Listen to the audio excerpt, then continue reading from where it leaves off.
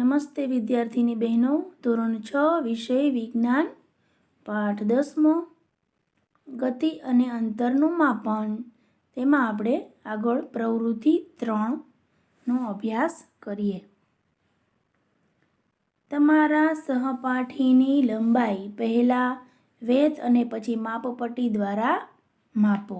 સહપાઠી એટલે કે તમારી સાથે ભણતા હોય વિદ્યાર્થી અથવા તો તમારા મિત્ર, એને તમારે લંબાઈ માપવાની છે વેધથી, એટલે કે કેટલી વેધની તેની લંબાઈ છે, અને પછી માપપટ્ટી દ્વારા માપો.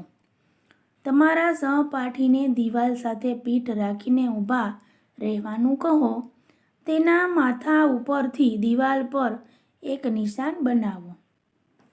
હવે આ ચિહ્ન સુધીની લંબાઈ પહેલાં તમારી વેધ દ્વારા માપો અને પછી માપપટ્ટી દ્વારા માપો.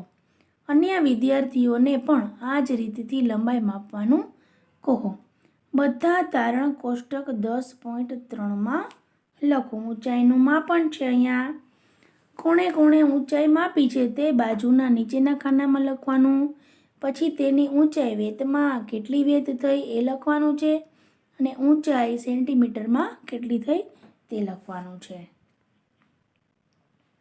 વિવિધ વિદ્યાર્થીઓ દ્વારા પ્રાપ્ત પરિણામોનું ધ્યાનપૂર્વક અધ્યયન કરો.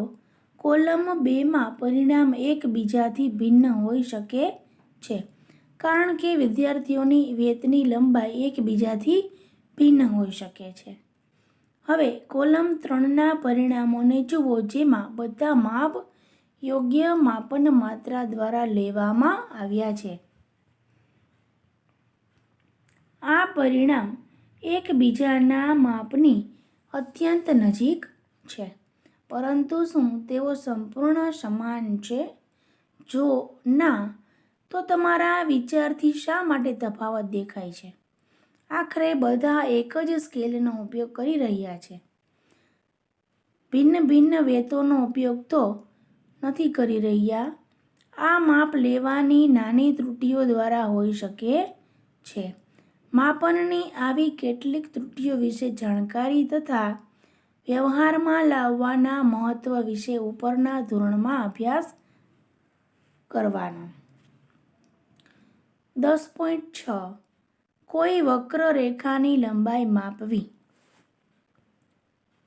આપણે કોઈ વક્રરેખાની લંબાઈ મીટર સ્કેલ વડે માપી શકતા નથી. વક્રરેખાની લંબાઈ માપવા માટે આપણે દોરીનો ઉપયોગ કરી શકીએ છીએ. પ્રવૃત્તિ 4માં આપણે જોઈશું. વક્રરેખા AB આકૃતિ નીચે આપેલી છે. 10.10ની લંબાઈ માપવા માટે કોઈ દોરીનો ઉપયોગ કરો. દોરીના એક છેડા પર ગાંઠ બનાવો. આ ગાંઠને બિંદુ A પર રાખો.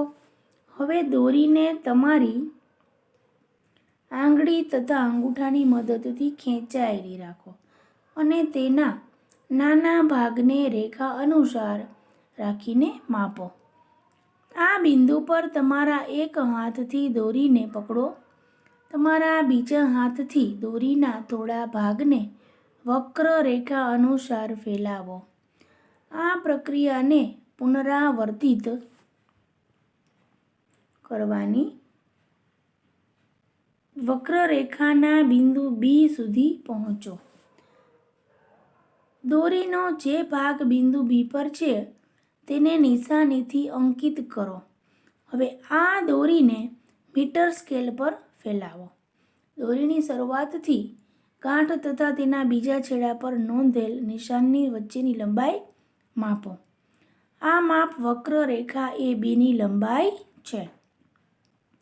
આપણે જોયું કે અંતર તથા લંબાઈનું ચોક્કસ માપન માપવા માટે અત્યંત ચોકસાઈ રાખવી પડે છે, અને માપન માટે કેટલાક પ્રમાણભૂત એકમ તથા માપન પરિણામોને વ્યક્ત કરવા માટે આપણને કેટલાક યોગ્ય સાધનોની જરૂર પડશે.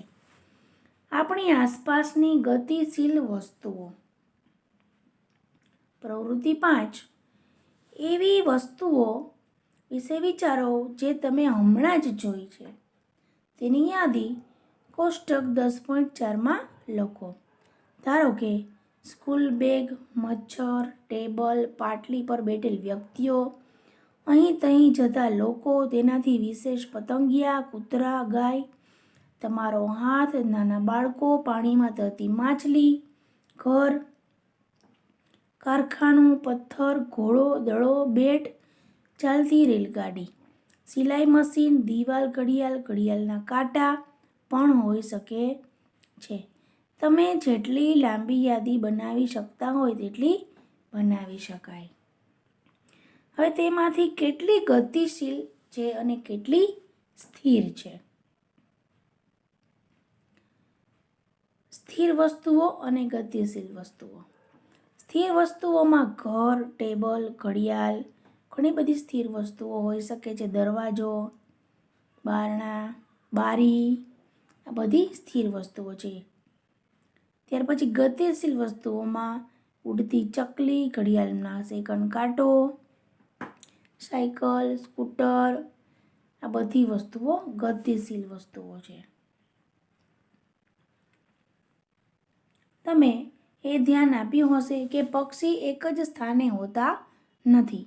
જ્યારે ટેબલ એક જ સ્થાને પડેલું હોય છે, એના આધારે એ સુનિશ્ચિત કર્યું હશે કે કોઈ વસ્તુ ગતિમાં છે કે સ્થિર છે.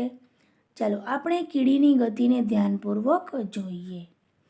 હવે આપણે પ્રવૃત્તિ 6 તે પછીના વિડીયોમાં તેનો અભ્યાસ કરીશું. નમસ્તે.